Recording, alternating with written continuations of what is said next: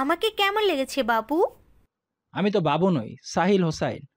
আমি জানি আপনি তো এখনো ফিটার খান, তাই বাবু বলেছি। তো বলুন, কেমন লেগেছে আমাকে? আপনি অনেক সুন্দর, অনেক ভালো লেগেছে আপনাকে আমার। হলে বাবা, বাবুটা দেখি ভালো মন্দ চেনে তাহলে। যাই হোক, আপনাকে একটা গোপন কথা বলি, শুনুন। কি কথা? কান এগিয়ে দিন, কানে কানে বলতে হবে। সাহেল নীলার দিকে কান এগিয়ে দিল। নীলার মনে হলো ঠাস করে কানের উপর একটা বসিয়ে দিই, কিন্তু পরক্ষণেই সেই ভাবনা বাতিল করে নীলা সাহেলের কানে কানে বলল, এই এলাকার রাজু ভাইয়ের নাম শুনেছেন? কয়দিন আগে একটা খুনের জন্য যাকে পুলিশ খুঁজলো। হ্যাঁ শুনেছি, রাজু ভাই নাকি খুব সাংঘাতিক লোক, অনেক খুনের কেস আছে তার নামে। কিন্তু এ কথা আমাকে বলছেন কেন? আপনাকে বলছি কারণ সেই রাজু ভাই আমার বয়ফ্রেন্ড। আপনি একটা খুনিকে ভালোবাসেন? কেন? দুনিয়াতে কি লোকের অভাব পড়েছিল? কি করব বলুন, ভালোবাসা তো আর গুন্ডা মাস্তান খুনি ধনী গরিব দেখে হয় না। মনের সাথে মন মিলে গেলেই ভালোবাসা হয়ে যায়। সেটা অবশ্য ঠিক বলেছেন, তবে ও যদি জানতে পারে আপনি আমাকে বিয়ে করার জন্য দেখতে আসছেন, তাহলে আপনাকে কেটে টুকরো টুকরো করে টেকনাফ থেকে তেঁতুলিয়া পর্যন্ত আপনার শরীরে টুকরো ছড়িয়ে দেবে।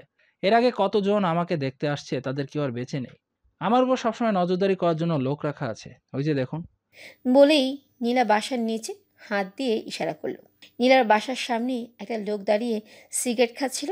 নীলা তাকে দেখিয়ে আবার বলল, ও হলো রাজু ভাইয়ের লোক। আপনি যে আমাদের বাসায় আছেন সেটা রাজু ভাই এতক্ষণে জেনে গেছে। কে জানে কালকে সূর্য আপনি দেখতে পারবেন কি না। আমি অবশ্য রাজু ভাইকে বলি আপনি সম্পর্কে আমার ভাই হন, তাহলে হয়তো কিছু করবে না। কথাগুলো বলে নীলা মুখের মধ্যে একটা দুঃখের ভাব প্রকাশ করলো। নীলা মুখ দেখে আর কথা শুনে সাহেলের তো অবস্থা খারাপ হয়ে গেল। সাহেল বলল, আমাকে ওয়াশরুমে যেতে হবে। ওয়াশরুমটা কোন দিকে? নীলা হাতের ইশারায় সাহেলকে ওয়াশরুম দেখিয়ে দিল। সাহিল এক প্রকার দৌড়ে ওয়াশরুমের দিকে চলে গেল। নীলা সাহেলের এমন কাজ দেখে উচ্চস্বরে হেসে ফেলল। অয়ন অফিসে বসে আছে, কিন্তু কেমন যেন ফাঁকা ফাঁকা লাগছে। কিন্তু কেন এমন লাগছে অয়ন বুঝতে পারছে না।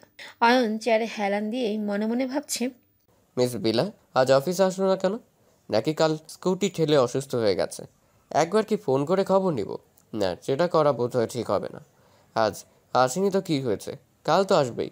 আমি বরং ভাবি ছুটি না নিয়ে অফিসে না আসার জন্য মিস বিলাকে কাল কি শাস্তি দেওয়া যায়। নীলাকে শাস্তি দেওয়ার কথা ভাবতে অয়নের মুখে একটা হাসি ফুটে উঠল। নীলা অফিসে এসে বসের রুমের সামনে দাঁড়িয়ে দেখল অয়ন একটা ফাইলের উপর ঝুঁকে আছে, মনোযোগ দিয়ে দেখছে ফাইলটা। নীলা বলল, may I come in sir? Nila যথেষ্ট জোরে কথাটি বলল। অয়ন নিশ্চয়ই শুনতে পেয়েছিল, কিন্তু কিচ্ছুই বলল না, এমনকি মাথা তুলে তাকালো না পর্যন্ত।